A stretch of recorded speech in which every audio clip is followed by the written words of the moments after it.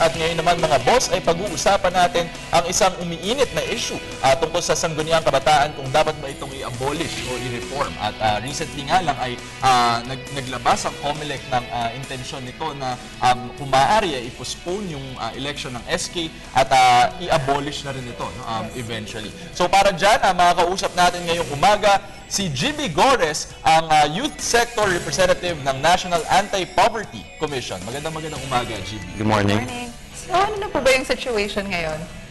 Situation ng SK, well, it hasn't been, there's nothing new, no? Every time na magkakaroon ng barangay elections, debate between SK reform and SK abolition is coming into the public sphere. And wala namang bagong information. But what is interesting about it is that COMELEC has actually issued a statement pro-abolition. And I think I find it very distasteful for the Commission on Elections, a poll body, to have a position on the issue when it's not their role to have a position on such an issue. Ngayon, kung ang Sangguniang Kabataan ay was created when the Local Government Code of 1991 was enacted, since then, walang fundamental changes in the law. So, we've set out a system of Sangguniang Kabataan that was, in hindsight, bound to fail. Kasi nagkakaroon ka ng political patronage, nagkakaroon ka ng corruption, you have a very dubious age range of 15 to 17, formerly 15 to 21, pero ngayon ay 15 to 17 lang. So, etong mga criticisms against the Sangguniang Kabataan, corruption, political patronage, these are not exclusive to the Sangguniang Kabataan. I could very well say the same things about the Congress. I could very well say the same things to the Supreme Court, but to call for their abolition would be illogical, di ba? It would be illogical and unreasonable to call for their abolition. And gusto ko lang sabihin, no? Gusto ko lang sabihin na what we have here is actually a double standard.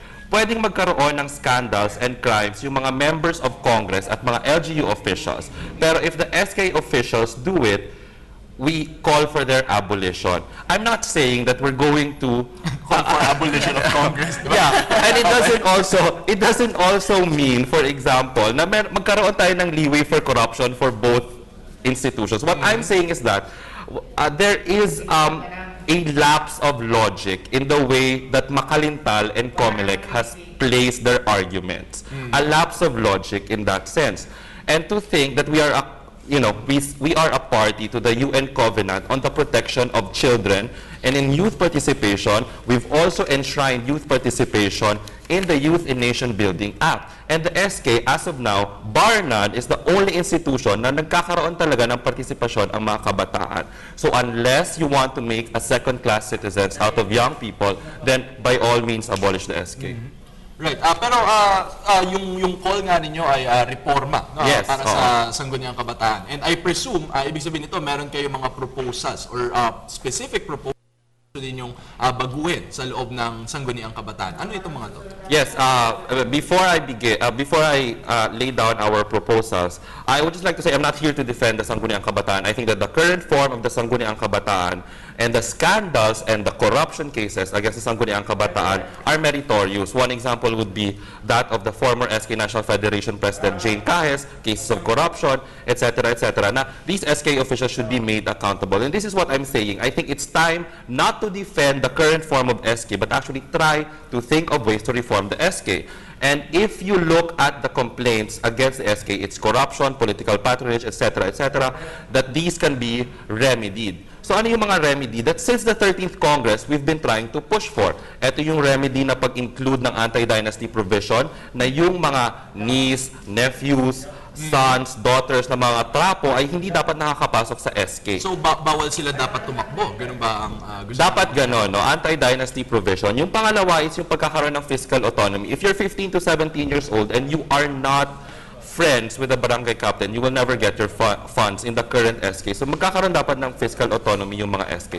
Yung pangatlo is yung pagkakaroon ng youth development plan yung SK. Or yung dapat magkaroon sila ng plano bago sila mag-implement ng projects. Yung pang-apat is yung pag-revert back to the previous age range na 15 to 21 instead of 15 to 17. I would even argue na 15 to 25. No? But the current bill that is filed in the Congress is 15 to 21. Bakit mo kailangan ng ganito? Because you want to include those who are college students, you want to include more competencies, more technologies that 15 to 21 age range can provide. Okay. But then, yun nga, that is the main concern, the political dynasties, na ito nga yung nagiging breeding ground. But then, what if, like, the youth, also, kunyari, anak ka ng someone from politics, what if you really just honestly want to run? Will there be a differentiating? That's what the SK Federation's position is that they want an SK reform, pero hindi wala yung anti-dynasty provision. But the thing is, come on, let's look at reality. If you look at reality, most of the SK Federations in the country are SK Federation presidents in the country are actually related to local trapo officials. So, of course, hindi pwede yun. I mean, you have to give and take here. So, kailangan mong i-strengthen yung SK as an institution, and you have to not absolutize the right to run as a public official. Especially that wala tayong maayos na political system. So, political patronage and political dynasties will bastardize the system if we're going to turn the, if we're not going to address the elephant in the room, which is ano yung masasabi ninyo sa, yun nga, actually, sabi mo kanina, no, na walang sense or walang logic na kapag mayroong corruption sa SK, dapat na itong i-abolish, samantalang nangyayari naman to sa iba't ibang agencies. Pero ang sinasabi rin naman ay redundant daw itong SK dahil kung sakali, bakit hindi na lang tumakbo eventually yung mga 18 years old, particularly dahil ang gusto ninyong mangyari ay maging 15 to 21 years old yung edad ng pwedeng tumakbo sa SK. So bakit hindi na lang sila tumakbong konsehal? Of course, they can't win as councilors because it's the field of the traditional politicians. What we have as an SK is that an SK, a system that seeps to the barangay level. Ganun yun. Alright. Seeps to the barangay level and assembles young people in the barangay para magkaroon ng sarili nilang programa at magkaroon ng sarili nilang suhestyon. That's the current form of SK, and we want to retain that mechanism of SK na nag-gather ng young people in the barangay in order to formulate policies, implement programs. Of course, a councilor can't do that. A councilor's role is just to propose and pass ordinances. That's the only thing that you're going to do. And if you're going to do that one representative per body, municipal body, city level, etc., that's a very tokenist way of looking at youth participation. Na, okay, maglaan tayo ng isa dyan.